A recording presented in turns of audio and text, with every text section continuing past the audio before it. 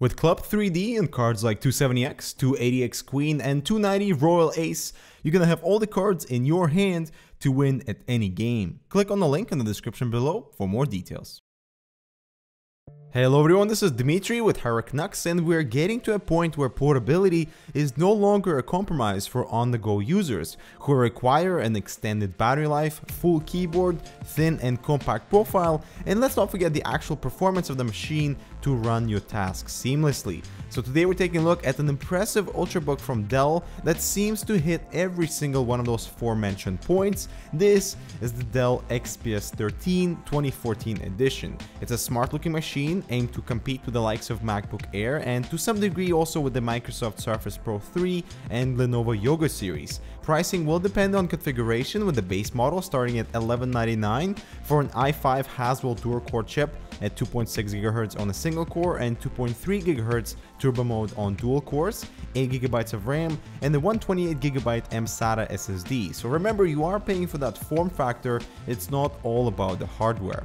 Dell's approach with the external characteristics to some degree resembles the Apple alternative. The unibody design with an aluminum top cover feels excellent with outstanding rigidity, plus the laser edge Dell logo in the center that I really wish was illuminated. The belly of the Ultrabook looks awesome, covered in carbon fiber composite with a soft touch coating. Here we also find a long intake port that can easily be blocked when on your lap. Be aware of that, but the really low profile razors help to elevate the machine when on solid surfaces. The exhaust port is located in the gap between the screen joint and the body that does an excellent job in dissipating the heat away from the Ultrabook without overheating any of the parts that you make contact with.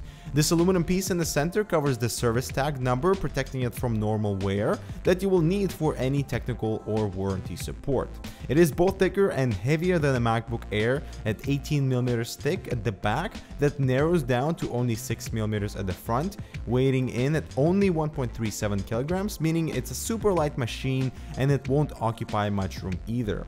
On the left side, we get a power plug, a USB 3.0 with power share that allows charging of USB devices even with the machine off, and a mic/headphone jack. The power brick is absolutely tiny. This is really awesome to complement the portability factor, and here it is next to my Nexus 4. Plus the cable tip is illuminated, making it easier to find in darker conditions. I just love this feature. On the opposite side, we get a mini display port if you want to rig up a secondary screen up to 4K, and now the USB 3 with power share as well, and a battery indicator with 5 levels, approximately 20% each, that I do appreciate. Now the spacing between the USB and the mini display port is fairly small, and you might encounter clearance issues with thicker USB thumbsticks. Also, the lack of a card reader is definitely a head scratcher for this category. This omission alone could be a deciding factor to avoid the XPS13. Opening the lid screen, it is resistive enough, needing both hands to fully open the machine, and I would say the angle could be wider to offer more flexible viewing angles. One awesome little detail here is this small rubber strip running around the Gorilla Glass to prevent any particles, dust or otherwise, from collecting between the gap once inside bags or backpacks. This is a brilliant feature. The touchscreen is 13.3 inches diagonally with 1920 by 1080p resolution. This is an LED backlit panel with good viewing angles. Only the brightness varies with both horizontal and vertical shifts. Colors are vibrant, contrast is good, and text is sharp.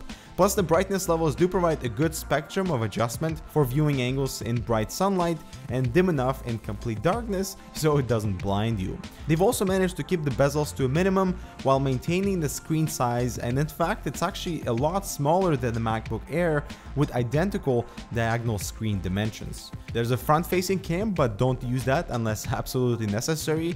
There's also a light sensor and dual microphones on either side.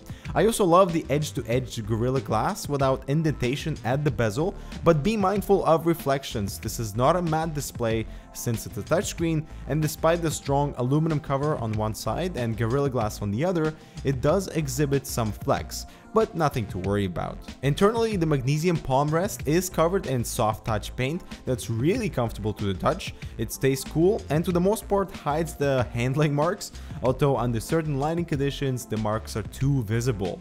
There's a discrete power button on the top left, And the keyboard on the XPS13 is pretty amazing, with great travel distance on the keys, only a tiny amount of flex despite having such a thin profile. It is also backlit with 3 levels of brightness, so off, 50% and 100% that automatically dims itself when not in use. There's a built-in caps lock indicator on the button itself and a subtle LED strip in front of the trackpad to indicate its power state. We have the typical media controls in the top F keys, along with screen and keyboard brightness shortcuts, Wi-Fi on-off, and a battery meter to squeeze extra runtime with the machine. Now we have the quartz keyboard layout with a short left key that I just can't stand, but at least the enter key is tall, and writing this review on the PC was enjoyable without any issues. The trackpad on the XPS13 has a really satisfying mechanical click that to the most part feels consistent throughout the perimeter of the trackpad, with left and right click integrated to the bottom. Cursor navigation is precise and accurate without any delay, but the only annoying thing about the trackpad is the 2-finger scroll. It's really jerky. Luckily we have the touchscreen that is much smoother for scrolling and also zooming in, plus it feels more natural for this form factor, having one of your thumbs on the side like this. Also, I want to mention the trackpad becomes unusable if your fingers are even remotely moist, so keep your hands dry. I was pleasantly surprised to find the speakers loud enough for listening in relative proximity, but with a lot of distortion at 100% volume. So let's take a listen.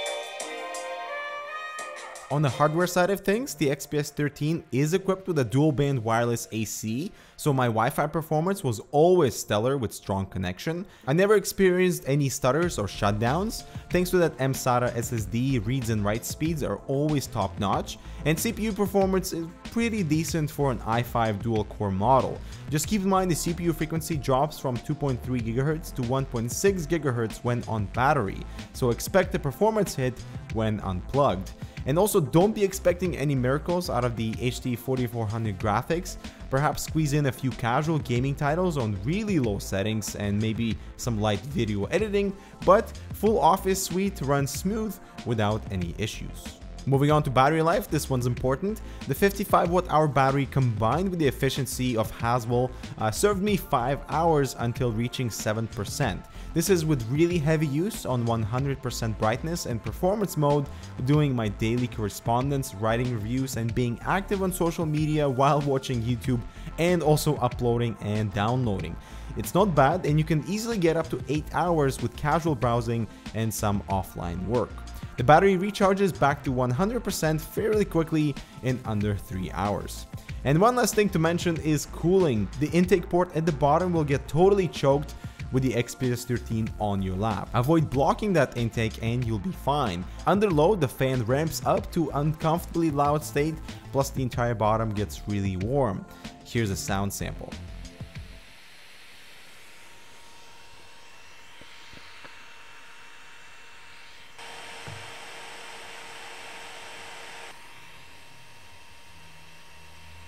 And also I'd like to mention that our model experienced CPU whine that was certainly annoying and audible.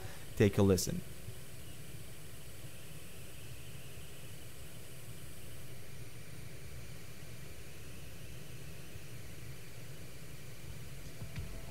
And so in conclusion, the XPS13 is a capable contender within the Ultrabook category that is extremely well built. It's compact and light with excellent Full HD display and touch integration that I feel is necessary for this category, and also make up for that mediocre touchpad. The backlit keyboard is stellar, the MIDI display port for high resolution output is awesome, we have excellent drive performance and not bad speakers for media playback. Just make sure to tone down the volume so there isn't any distortion. Battery life under heavy load I think is good, that with casual use is acceptable for an Ultrabook. However, the lack of an SD card reader is a huge drawback.